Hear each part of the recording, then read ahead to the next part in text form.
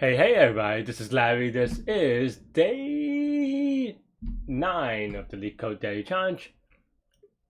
With this, I don't know why I don't know if it's my computer or Leetcode. It's just like I feel like all my others browsing has been pretty fast. But yeah, day 9 of the Leetcode Daily Challenge. Hit the like button, hit the subscribe button, join me on Discord. Let me know what you think about today's problem. We have a easy problem today, so we will do an extra random RNG problem that I haven't done yet. So it'll be a new problem for Larry. Don't mind me, but yeah. Alright, let's take a look at this one first, even though it should be easy. Yeah.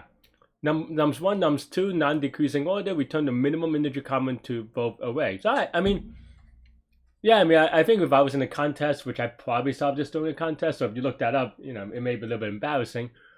Because I try to get it as fast as possible, and if I'm trying to do it as fast as possible, I probably would put nums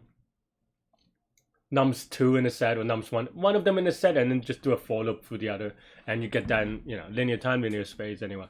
But of course, linear time, linear space, even though it is pretty good, it is not the lower bound. The lower bound would actually be linear time constant space, and that's what we'll do here. Of course, the constant space comes from the fact that we can do this, or we take advantage of the fact that it is sorted in non-decreasing order. And this is actually, I think this is a good practice problem, by the way, even though it may look a little silly, because something like this comes up a lot in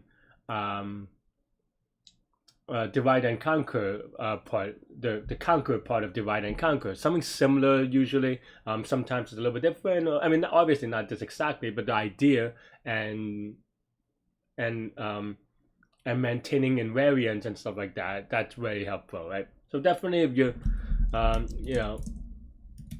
definitely should try to do it. Is my point, I guess.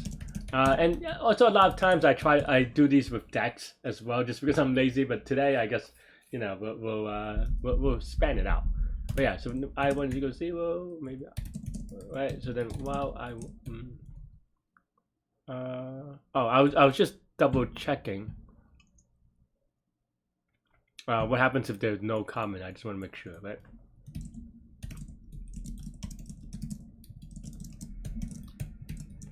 So basically here is that we basically, if they're not the same, if they're the same, then we're done, right?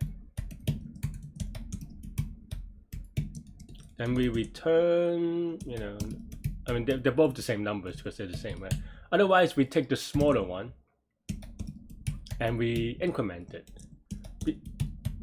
Basically, a 2-pointer thing, just kind of walking the entire array. So, and of course, by definition, they cannot be the same, so we don't have to, we already handled that case here. So yeah, and then if we ran out of numbers in either one, then we return -1. Yeah.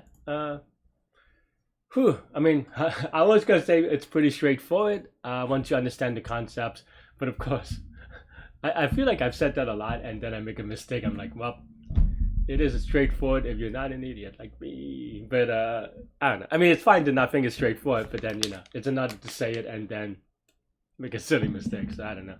But yeah.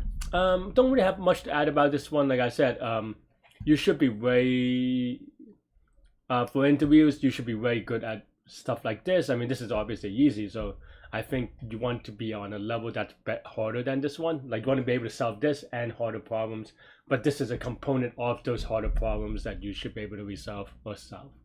But yeah, that's all I have for this one. Like I said, I'm going to do an extra one after this, but stay good, stay healthy, to good mental health. I'll see y'all later and take care. Bye bye.